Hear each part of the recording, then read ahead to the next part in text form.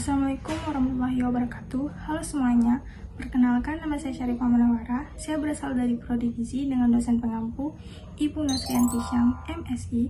Di video ini saya akan membahas tentang jaringan pada hewan. Tahukah kalian, jaringan pada hewan dan manusia terbagi menjadi 4 macam? Yuk kita bahas sama-sama. Jaringan pada hewan dan manusia terbagi menjadi 4, yaitu jaringan epitel, jaringan ikat, jaringan otot, dan jaringan saraf. Keempatnya memiliki fungsi masing-masing. Kita akan membahas satu persatu, dimulai dari jaringan epitel. Jaringan epitel adalah jaringan tipis yang melapisi permukaan luar tubuh, permukaan rongga tubuh, dan permukaan organ-organ dalam tubuh.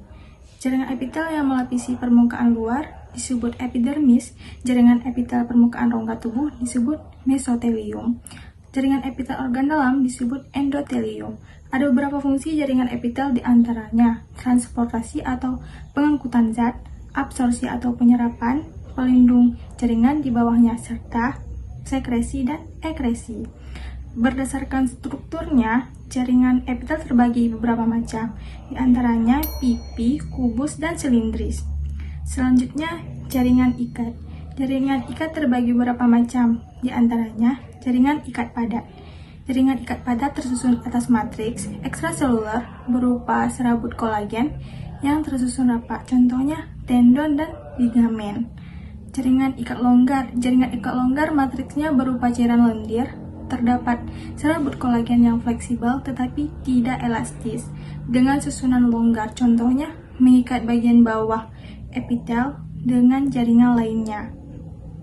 Selanjutnya ada jaringan adiposa.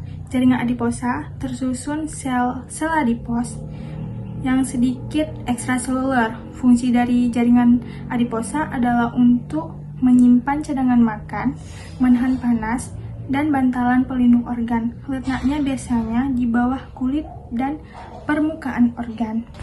Selanjutnya ada jaringan tulang sejati.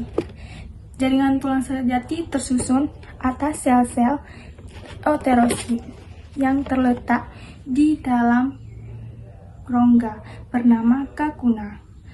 Jaringan tulang rawan tersusun atas sel-sel kendrosit, contohnya persendian, cuping hidung, dan telinga.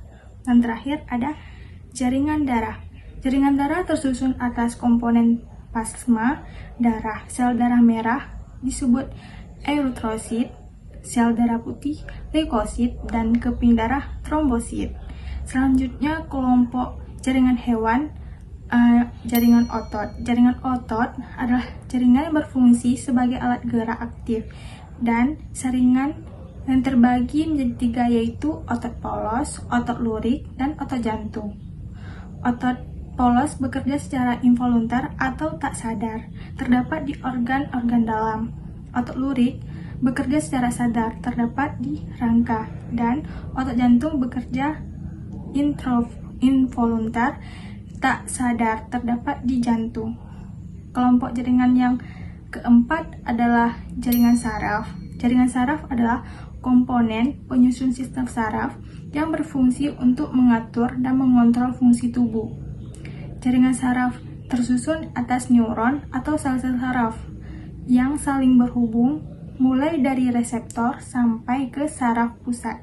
Sekian video dari saya. Apabila ada salah, saya mohon maaf. Wabillahi taufiq hidayah. Wassalamualaikum warahmatullahi wabarakatuh.